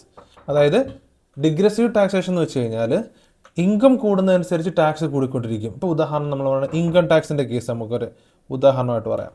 അതായത് up to 3 lakh പ്രതിവർഷം വരുമാനം 3 ലക്ഷം രൂപ വരുമാനമുള്ള ഒരാളെ സംബന്ധിച്ച് അവർ 0% ആയിരിക്കും income tax കൊടുക്കുന്നത്. ആ സമയം 3 ലക്ഷം രൂപയ്ക്കും 6 ലക്ഷം രൂപയ്ക്കും ഇടയിൽ ഇൻകം ഉള്ള ഒരാളെ സംബന്ധിച്ച് അവരുടെ ചിലപ്പം ഇൻകം ടാക്സ് കൊടുക്കേണ്ടി വരുന്നത് 5%. 6 ലക്ഷത്തിനും 10 ലക്ഷത്തിനും ഇടയിൽ വരുമാനമുള്ള ആൾ ഒരു 10% കൊടുക്കുന്നു. എന്നിട്ട് പറയുന്നു 10 ലക്ഷത്തിന് മുകളിൽ വരുമാനമുള്ള ആളുകൾക്ക് 15% ഇൻകം ടാക്സ് എന്ന് പറയുന്നത്. ഇവിടുത്തെ സാഹചര്യം നിങ്ങൾ നോക്കിയേ, ഇൻകം 3 ലക്ഷം ആയപ്പോൾ ടാക്സ് 0%, 3 ലക്ഷത്തിനും 6 ലക്ഷത്തിനും ഇടയ്ക്ക് വന്നപ്പോഴത്തേക്ക്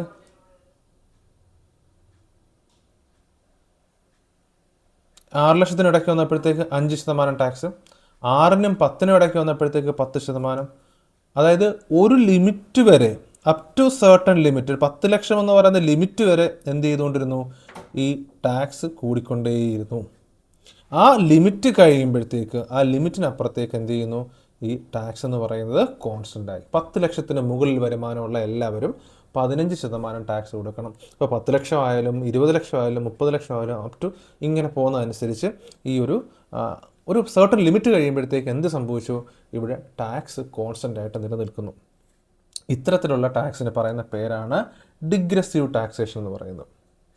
Thus, it combines the features of both progressive taxation and proportional or regressive taxation.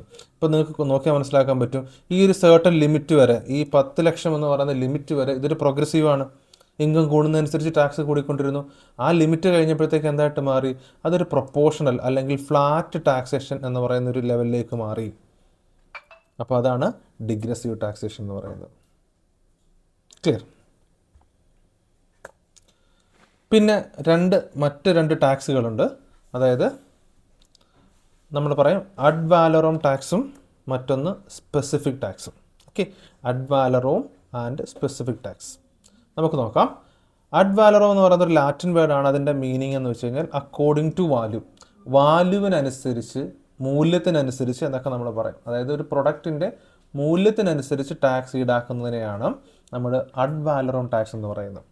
അതെങ്ങനെയാണെന്ന് പറഞ്ഞാൽ, under the ad valorem method the tax is charged as a percentage of the value of the goods or services. നമ്മൾ വാങ്ങുന്ന goods or service, നമ്മൾ എന്ത് സാധനമോ അല്ലെങ്കിൽ സേവനമോ വാങ്ങിയാലും ആ സാധനത്തിൻ്റെയോ അല്ലെങ്കിൽ സേവനത്തിൻ്റെയോ വാല്യുവിൻ്റെ ഒരു നിശ്ചിത ശതമാനം ടാക്സ് ആയിട്ട് ഈടാക്കുന്നു. ഇതിനെയാണ് അഡ് വാലറോം ടാക്സ് എന്ന് പറയുന്നത്. ഇപ്പോൾ ഉദാഹരണത്തിന് നിങ്ങൾ ഒരു ടെലിവിഷൻ നിങ്ങൾ വാങ്ങുന്നു, നിങ്ങൾ ഒരു 15,000 രൂപ വരെയുള്ള ടെലിവിഷൻ നിങ്ങൾ മേടിച്ചു കഴിഞ്ഞാൽ GST എത്രയാണ്? 18% GST കൊടുക്കണം. ഈ എന്തിൻ്റെ 18% GST കൊടുക്കണം എന്ന് ചോദിച്ചു കഴിഞ്ഞാൽ നിങ്ങൾ വാങ്ങിയ ടെലിവിഷൻ്റെ വാല്യൂവിൻ്റെ 18%. ഇപ്പം നിങ്ങൾ 15,000 രൂപയുടെ TV വാങ്ങുമ്പോൾ അതിൻ്റെ 18% നിങ്ങൾ ടാക്സ് ആയിട്ട് കൊടുക്കണം. ഓക്കെ, അത് 18% എന്നുള്ളൊരു കണക്ക്. ഈ നിങ്ങളിനി വാങ്ങുന്നത് 20,000 രൂപ വിലയുള്ള TV ആണെങ്കിലും നിങ്ങൾ എന്ത് കൊടുക്കണം? ആ 20,000-ൻ്റെ 18% ടാക്സ് കൊടുക്കണം. 50,000-ൻ്റെ പ്രൊഡക്റ്റ് വാങ്ങിയാലും ഈ 50,000-ൻ്റെ 18% ടാക്സ് ആയിട്ട് കൊടുക്കണം. അതായത് നമ്മൾ വാങ്ങുന്ന പ്രൊഡക്റ്റിൻ്റെ വാല്യൂവിന് ഒരു പർട്ടിക്കുലർ പെർസെൻറ്റേജ് നമ്മൾ ടാക്സ് ആയിട്ട് കൊടുക്കുന്നു. അതിനെയാണ് നമ്മൾ അത്തരത്തിലുള്ള ടാക്സേഷൻ സിസ്റ്റത്തിനെയാണ് നമ്മൾ എന്തെന്ന് പറയുന്നത്? അഡ് വാലറോം ടാക്സ് എന്ന് പറയുന്നത്. ഓക്കെ, നിങ്ങൾ മനസ്സിലാക്കേണ്ട കാര്യം, ഈ GST എന്ന് പറയുന്ന ടാക്സ് എന്ന് പറയുന്നത് ഒരു ഇൻഡയറക്റ്റ് ടാക്സ് ആണ്. ഈ GST അതിൻ്റെ മറ്റൊരു വകഭേദം എന്നല്ല, അത് ചുമത്തുന്ന ഒരു രീതിയാണ് അഡ് വാലറോം എന്ന് പറയുന്നത്. മനസ്സിലാവുന്നുണ്ടോ? ഇതൊരിക്കലും ഡിഫറൻ്റ് അല്ല. ഇതെല്ലാം ഒരു ഒരു ട്രീയുടെ വിവിധ ബ്രാഞ്ചുകളായിട്ട് നിൽക്കുന്ന ഒരു സംഗതിയാണ് ഈ കോൺസെപ്റ്റുകളെന്ന് പറയുന്നത്. നമ്മൾ ഉപയോഗിക്കുന്ന ടാക്സേഷൻ എന്ന് വെച്ച് കഴിഞ്ഞാൽ GST എന്ന് പറയുന്നൊരു സിസ്റ്റമാണ്. ഗുഡ്സ് ആൻഡ് സർവീസസ് ടാക്സ് എന്ന് പറയുന്ന വലിയൊരു റെജീമാണ് നമ്മൾ ഫോളോ ചെയ്യുന്നത്. അതിനകത്ത് വരുന്ന ഒരു മെത്തേഡാണ് ഈ പറയുന്ന അഡ് വാലറോം എന്ന് പറയുന്നത്. ഓക്കെ, ക്യാരക്ടേഴ്സ് നോക്കാം. The tax is based on the value of the product, not on the quantity. ഇവിടെ ക്വാണ്ടിറ്റി അല്ല നോക്കുന്നത്, നിങ്ങൾ എത്ര പ്രൊഡക്റ്റ് വാങ്ങിയെന്നല്ല നോക്കുന്നത്. അഡ് വാലറോമിനകത്ത് നിങ്ങൾ വാങ്ങിയ സാധനത്തിൻ്റെ വാല്യൂ എത്രയാണോ അതിൻ്റെ നിശ്ചിത ശതമാനം. Okay, so value of the product. Then when the price of the product increases, the tax amount also increases. Okay, ഇവിടെ TVയുടെ വില കൂടുന്നതനുസരിച്ച് നിങ്ങൾ കൊടുക്കുന്ന ടാക്സും കൂടിക്കൊണ്ടിരിക്കും. And when the price decreases, the tax amount decreases. മുമ്പ് പറഞ്ഞ പോലെ 15,000 രൂപ വരെയുള്ള സാധനത്തിൻ്റെ 18%, 10,000 രൂപ ആണെന്നുണ്ടെങ്കിൽ 10,000-ൻ്റെ 18%, 5,000 ആണെന്നുണ്ടെങ്കിൽ 5,000-ൻ്റെ 18%. സോ പ്രൈസ് കുറയുന്നതനുസരിച്ച് ടാക്സ് എമൗണ്ട് കുറഞ്ഞുകൊണ്ടിരിക്കും. The government revenue automatically rises with inflation and price increases. Okay, മറ്റൊരു കാര്യമുണ്ട്, ഇൻഫ്ലേഷൻ ടൈമിൽ നമുക്കറിയാം, ഇൻഫ്ലേഷൻ ടൈമിൻ്റെ പ്രത്യേകത നമുക്കറിയാം, സാധനങ്ങളുടെയും സേവനങ്ങളുടെയും വില കൂടുന്ന സാഹചര്യത്തിനാണ് നമ്മൾ എന്തെന്ന് പറയുന്നത്? ഇൻഫ്ലേഷൻ എന്ന് പറയുന്നത്. ആ ഇൻഫ്ലേഷൻ സാഹചര്യത്തിൽ എന്ത് ചെയ്യുന്നു? ഈ പറയുന്ന ടാക്സും കൂടും, തദ്വാര സർക്കാരിൻ്റെ വരുമാനവും ഉയരും. ക്ലിയർ? ഇതാണ് അഡ് വാലറോം ടാക്സ് എന്ന് പറയുന്നത്. ഓക്കെ, മറ്റൊന്നാണ് സ്പെസിഫിക് ടാക്സ് അല്ലെങ്കിൽ ക്വാണ്ടിറ്റി ബേസ്ഡ് ടാക്സ് എന്ന് പറയും. ഓക്കെ, ഒന്ന് വാല്യൂവിനെ ബേസ് ആയിരുന്ന ടാക്സ് എന്നുണ്ടെങ്കിൽ ഇവിടെ ക്വാണ്ടിറ്റിയെ ബേസ് ചെയ്തിട്ടാണ്. നമ്മളൊരു കമ്മോഡിറ്റി വാങ്ങുമ്പോൾ അല്ലെങ്കിൽ ഒരു ഗുഡ്സോ അല്ലെങ്കിൽ എന്തെങ്കിലും മേടിക്കുമ്പോൾ കമ്മോഡിറ്റി നമ്മൾ വാങ്ങുമ്പോൾ ഒരു കമ്മോഡിറ്റിയുടെ പെർ യൂണിറ്റ്, ഒരു യൂണിറ്റ് വെച്ചായിരിക്കും നമ്മൾ ടാക്സ് പറയുന്നത്. So under the specific tax method, tax is levied as a fixed amount per unit of a commodity irrespective of its value or price. ആ കമ്മോഡിറ്റിയുടെ വാല്യൂ നമ്മൾ കൺസിഡർ ചെയ്യത്തേയില്ല, മറിച്ച് ആ കമ്മോഡിറ്റിയുടെ ഒരു യൂണിറ്റിന് ഇത്ര രൂപ ടാക്സ്. അങ്ങനെയാണ് സ്പെസിഫിക് ടാക്സ് പറയുന്നത്. ഉദാഹരണം പറയുകയാണെന്നുണ്ടെങ്കിൽ പെട്രോളിൻ്റെ കേസ് നമുക്ക് പറയാം. പെട്രോൾ ടാക്സ് പറയുമ്പോൾ 1 ലിറ്റർ പെട്രോളിന്, ഓക്കെ, 1 ലിറ്റർ പെട്രോളിന് 10 രൂപ ടാക്സ്. ഓക്കെ, ഇവിടെ 1 ലിറ്റർ പെട്രോളിൻ്റെ വില എത്ര എന്ന് പറയുന്നില്ല, ബട്ട് 1 ലിറ്റർ പെട്രോളിന് 10 രൂപ ടാക്സ്. ഇപ്പം 1 ലിറ്റർ പെട്രോള് 95 രൂപയാണെന്ന് വിചാരിക്കുക, അപ്പോൾ ടാക്സ് 10 രൂപ. ഇനിയിപ്പം ഈ പെട്രോളിൻ്റെ വില 1 ലിറ്ററിന് 95-ൽ നിന്ന് 1 ലിറ്ററിന് 100 രൂപയാണെന്ന് വിചാരിച്ചു, അപ്പോഴും ടാക്സ് എത്രയാണ്? 10 രൂപയാണ്. 10%, 10 രൂപ. ഇവിടെ നോക്കിക്കേ, 1 ലിറ്ററിനാണ് 10 രൂപ. മനസ്സിലാവുന്നുണ്ട്? അതായത് ക്വാണ്ടിറ്റിക്കാണ് അനുസരിച്ച് ഈ ടാക്സിൻ്റെ എമൗണ്ട് മാറിക്കൊണ്ടിരിക്കും. ഇപ്പോൾ ഒരു ഷോപ്പ് ഒരു ദിവസം 10 ലിറ്റർ വിൽക്കുന്നു എന്ന് കരുതുക. 1 ലിറ്ററിന് 10 രൂപ ടാക്സ്. ഇപ്പോൾ 10 ലിറ്ററിനാകുമ്പോൾ 10 × 10 100 രൂപ ടാക്സ് വരും. അത് 100 ലിറ്റർ വിൽക്കുകയാണെന്നുണ്ടെങ്കിൽ എത്ര വരും? 100 × 10 എത്ര വരും? 1000 രൂപ വരും. മീൻസ് നമ്മൾ ഒരു ഷോപ്പ് ഈ ഒരു പ്രൊഡക്റ്റ് സ്പെസിഫിക് ടാക്സിൻ്റെ കേസിൽ നമ്മൾ വിൽക്കപ്പെടുന്ന സാധനത്തിൻ്റെ ക്വാണ്ടിറ്റി കൂടുന്നതനുസരിച്ച് ടാക്സും കൂടിക്കൊണ്ടേയിരിക്കുന്നു. അതാണ് സ്പെസിഫിക് ടാക്സ് എന്ന് പറയുന്നത്. The tax is based on the quantity or the number of units produced or sold. The tax amount per unit remains constant. ഇതിങ്ങനെ കോൺസ്റ്റൻ്റ് ആയിട്ട് നിൽക്കും. ഒരു യൂണിറ്റിൻ്റെ ഒരു യൂണിറ്റ് കമ്മോഡിറ്റിയുടെ ടാക്സ് ഇങ്ങനെ കോൺസ്റ്റൻ്റ് ആയിട്ട് നിൽക്കും. Changes in the price of the product do not affect the tax collected per unit. അതുപോലെ തന്നെ മറ്റൊരു കാര്യം എന്ന് വെച്ച് കഴിഞ്ഞാൽ ഈ യൂണിറ്റ് പ്രൈസ് മാറുന്നു. ഇപ്പോൾ 95 രൂപ പെട്രോളിനുണ്ട്, അന്ന് 10 രൂപ ടാക്സ്.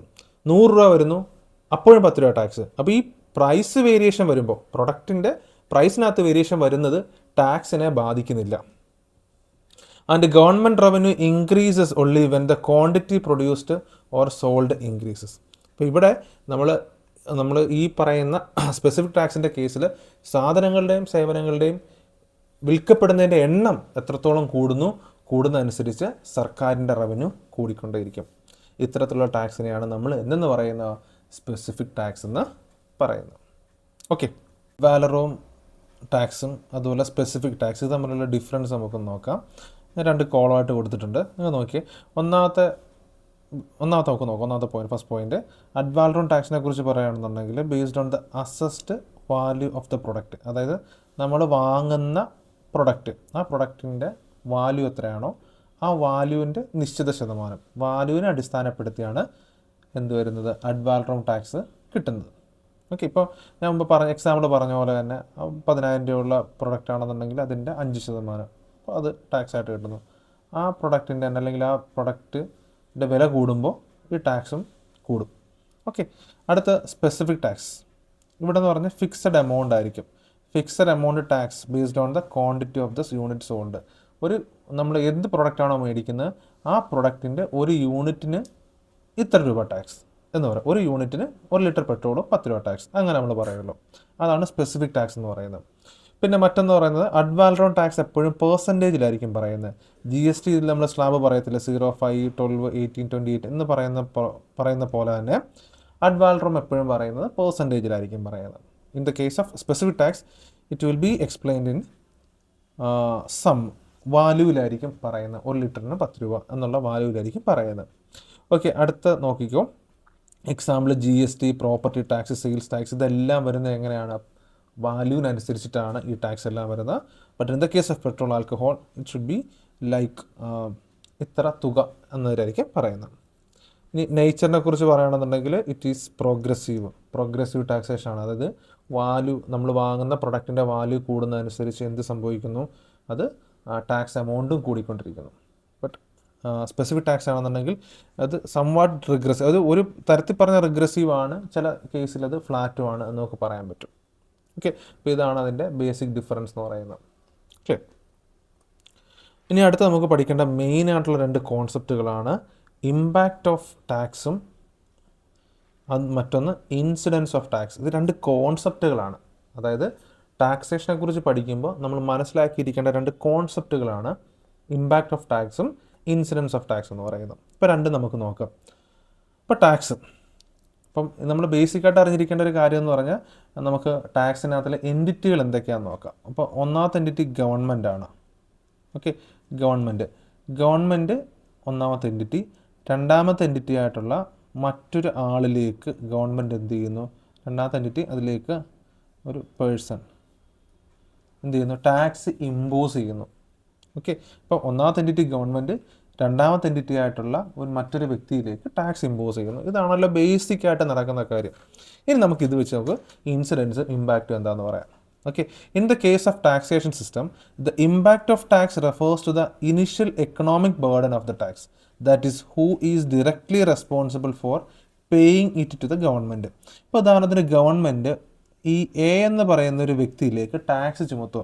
അത് സർക്കാർ പറയുന്നു, എ എന്ന് പറയുന്ന വ്യക്തിയോട് പറയുന്നു, നീ നാളെ ടാക്സ് അടയ്ക്കണം എന്ന് പറയുന്നു.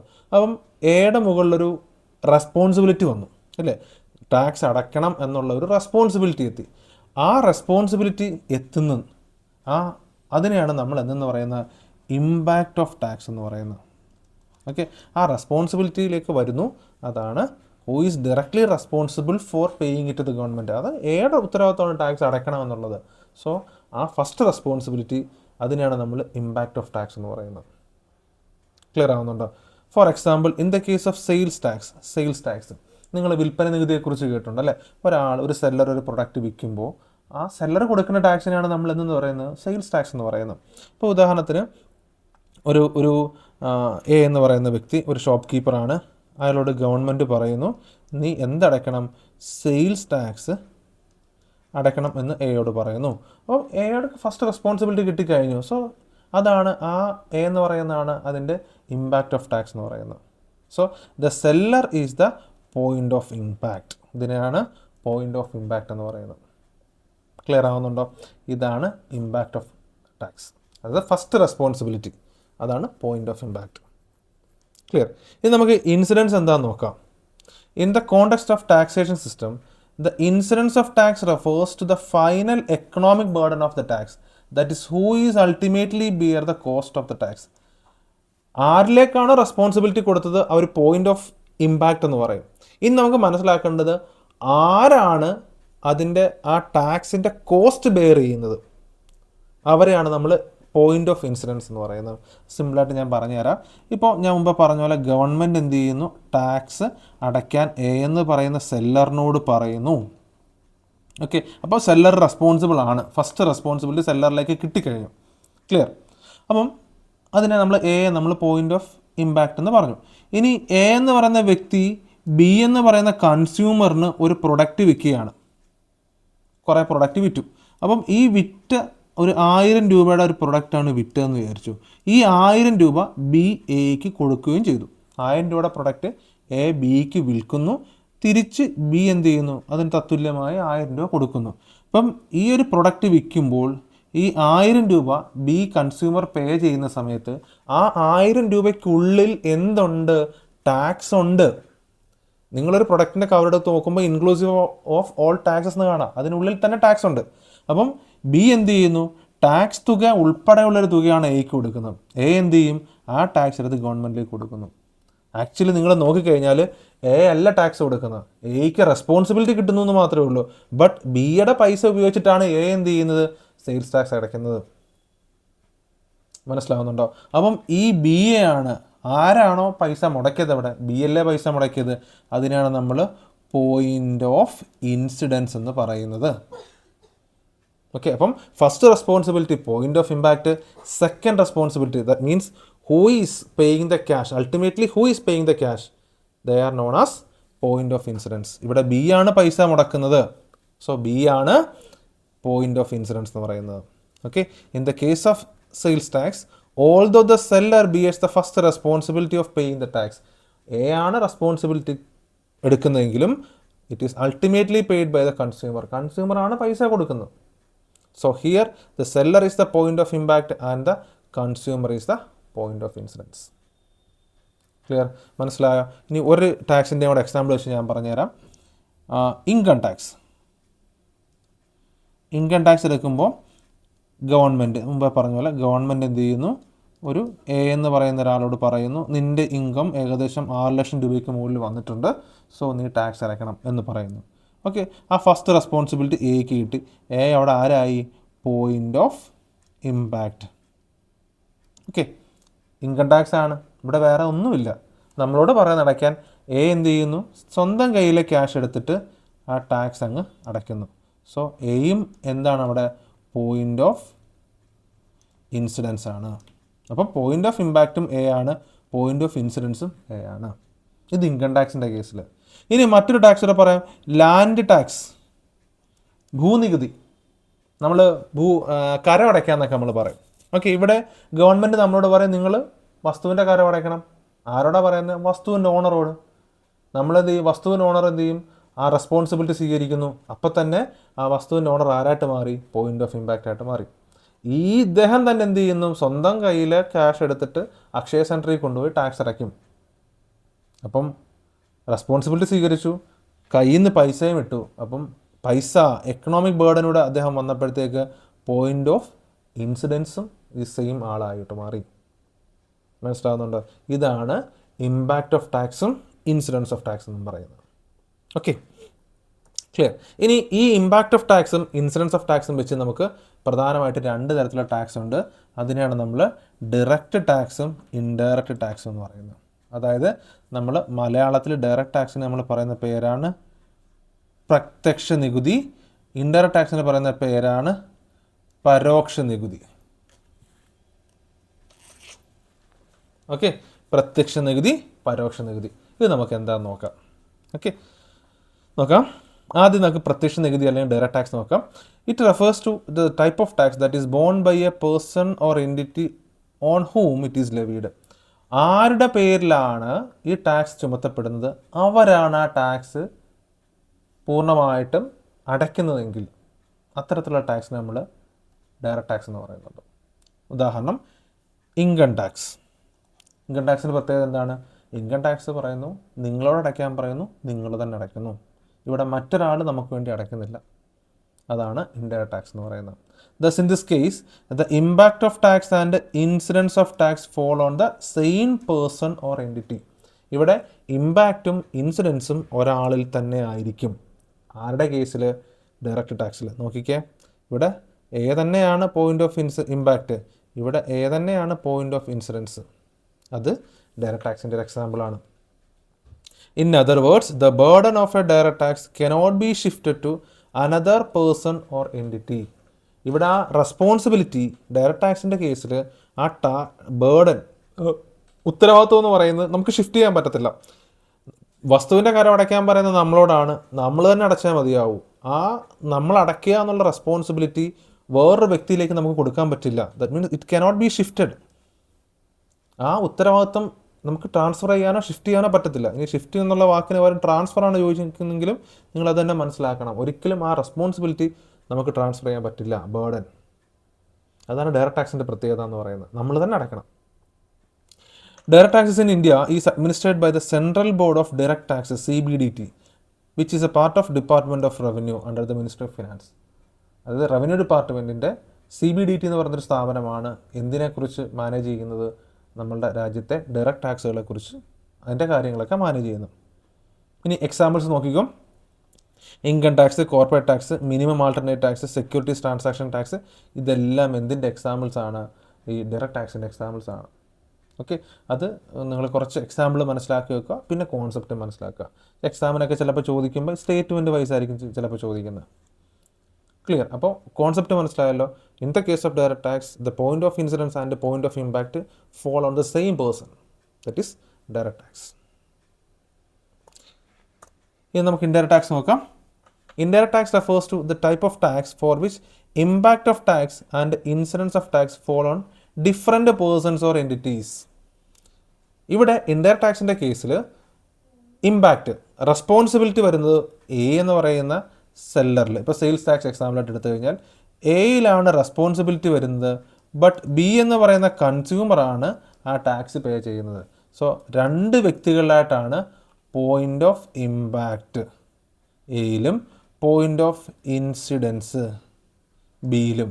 ഇപ്പോൾ പോയിന്റ് ഓഫ് ഇമ്പാക്റ്റും പോയിന്റ് ഓഫ് ഇൻസിഡൻസും ഡിഫറെൻറ്റ് പേഴ്സൺസിൽ വരികയാണെങ്കിൽ അത്തരത്തിലുള്ള ടാക്സിന് പറയുന്ന പേരാണ് ഇൻഡയറക്റ്റ് ടാക്സ്. ഉദാഹരണം നമ്മൾ സെയിൽസ് ടാക്സ്, GST, സെയിൽസ് ടാക്സിന് GST ആണ്. ഇപ്പോൾ GST വരുന്നുണ്ട്, കസ്റ്റംസ് ഡ്യൂട്ടി വരുന്നുണ്ട്. ഇതെല്ലാം എന്തിൻ്റെ ഭാഗമാണ്?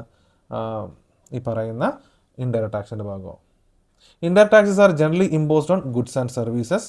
Indirect tax in India are administered by central board of indirect taxes and customs, CBIC എന്ന് പറയുന്നൊരു സ്ഥാപനമാണ് നമ്മുടെ രാജ്യത്തെ അതായത് പരോക്ഷ നികുതിയെക്കുറിച്ചുള്ള അതിൻ്റെ കാര്യങ്ങളെല്ലാം തീരുമാനിക്കുന്നത്. ക്ലിയർ? അതാണ് ഇൻഡയറക്റ്റ് ടാക്സ്. ക്ലിയർ? നമുക്ക് അതിൻ്റെ ബേസിക് ഡിഫറൻസ് ഒക്കെ നമുക്ക് നോക്കാം. ഞാൻ ടേബിളായിട്ട് ജസ്റ്റ് ഒന്ന് കൊടുത്തേക്കാം. ഒന്നാമതെന്ന് വെച്ച് കഴിഞ്ഞാൽ ലയബിലിറ്റി. ലയബിലിറ്റി ആർക്കാണ് വരുന്നത് ചോദിച്ചു കഴിഞ്ഞാൽ liability as well as the burden. ഈ ടാക്സിൻ്റെ ബേർഡൻ അല്ലെങ്കിൽ ലയബിലിറ്റി എന്ന് പറയുന്നത് രണ്ടും ഒരാളിലായിരിക്കും വരുന്നത്. അപ്പം നമ്മൾ ടാക്സ് ഫസ്റ്റ് റെസ്പോൺസിബിലിറ്റിയും അതുപോലെ തന്നെ അതിൻ്റെ കോസ്റ്റ് എൻക്വയറി ചെയ്യുന്നതും സെയിം ആളായിരിക്കും in the case of direct tax. നമ്മൾ പറഞ്ഞല്ലോ, ഇൻഡയറക്റ്റ് ടാക്സ് വരുമ്പോഴത്തേക്ക് ലയബിലിറ്റി, അതായത് അതിൻ്റെ ഇമ്പാക്റ്റ് വരുന്നതും ആ പൈസ കൊടുക്കുന്നതും, അതായത് ഇമ്പാക്റ്റും ഇൻസിഡൻസും രണ്ട് വ്യക്തികളിലായിരിക്കാം വരുന്നത്. അത് ഇൻഡയറക്റ്റ് ടാക്സ്. നമ്മൾ പറഞ്ഞ സെയിൽസ് ടാക്സ് എ എന്ന് പറയുന്ന സെല്ലർ ഇമ്പാക്റ്റ് ആയിരിക്കും, കൺസ്യൂമർ ആയിരിക്കും ആ ക്യാഷ് കൊടുക്കുന്നത്. അപ്പോൾ കൺസ്യൂമർ ഇൻസിഡൻസ്. ഇനി shift in burden. The burden of paying taxes cannot be shifted. ഈ ബേർഡൻ ഒരിക്കലും നമുക്ക് ഷിഫ്റ്റ് ചെയ്യാൻ പറ്റത്തില്ല. ഉദാഹരണത്തിന് ഇൻകം ടാക്സിൻ്റെ കാര്യം ഞാൻ പറഞ്ഞ പോലെ നമ്മളുടെ ഇൻകത്തിന് നമ്മൾ ടാക്സ് അടയ്ക്കണം, വേറെ ആൾ നമുക്ക് ഷിഫ്റ്റ് ചെയ്യാൻ പറ്റത്തില്ല. But in the case of tax indirect tax ആണെന്നുണ്ടെങ്കിൽ എന്ത് ചെയ്യും, അത് ഷിഫ്റ്റ് ചെയ്യും. ഇപ്പം നിങ്ങൾ GST എടുക്കുകയാണെന്നുണ്ടെങ്കിൽ GST ആരാണ് കൊടുക്കുന്നത്? നമ്മളാണ് കൊടുക്കുന്നത്. Okay. Then payment paid entirely by a tax payer directly to the government. Direct tax ആണെന്നുണ്ടെങ്കിൽ നമ്മൾ നേരിട്ട് സർക്കാരിലേക്ക് അടയ്ക്കുകയോ ചെയ്യുന്നത്. It is ultimately paid by the end user of goods and services. ആരാണ് ചെയ്യുന്നത്? നമ്മൾ ഇൻകം ടാക്സ് ആണെന്നുണ്ടെങ്കിൽ നമ്മൾ നേരിട്ട് അടയ്ക്കുകയാണ് ചെയ്യുന്നത്. ലാൻഡ് ടാക്സ് ആണെങ്കിൽ നമ്മൾ നേരിട്ട് സർക്കാരിലേക്ക് അടയ്ക്കുകയാണ് ചെയ്യുന്നത്. ബട്ട് ഇവിടെ എൻഡ് യൂസറാണ് അല്ലെങ്കിൽ എൻഡ് കൺസ്യൂമറാണ് ഈ ഒരു ടാക്സ് അടയ്ക്കുന്നത്.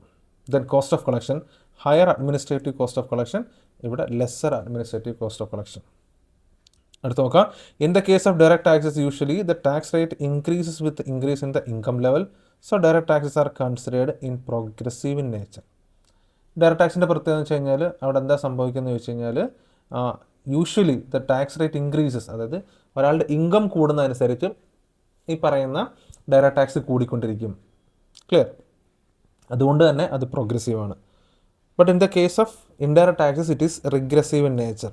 നമ്മൾ പറഞ്ഞല്ലോ GST ഒരു റിഗ്രസീവ് ടാക്സ് ആണ്, ഇൻഡയറക്റ്റ് ടാക്സ് ആണ്. GST ഒരു ഇൻഡയറക്റ്റ് ടാക്സ് ആണ്, റിഗ്രസീവ് ആണ്.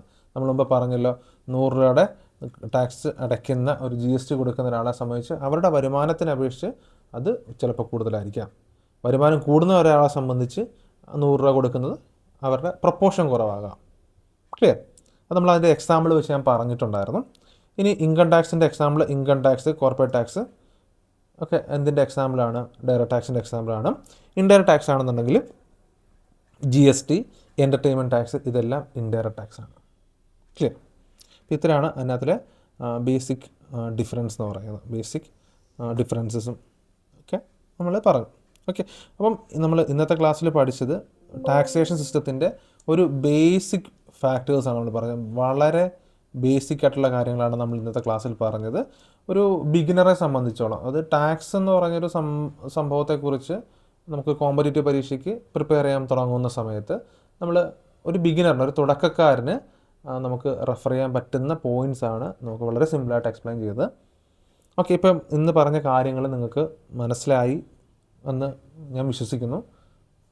നിങ്ങൾക്ക് ഈ ക്ലാസ്സിനെ കുറിച്ചുള്ള നിങ്ങളുടെ അഭിപ്രായങ്ങൾ, ജെനുവിനായിട്ടുള്ള നിങ്ങളുടെ അഭിപ്രായങ്ങൾ, വളരെ കൺസ്ട്രക്റ്റീവായിട്ടുള്ള നിങ്ങളുടെ ഒപ്പീനിയൻസ് ഞങ്ങളെ അറിയിക്കുക, കമൻ്റായിട്ട് കൊടുക്കുക.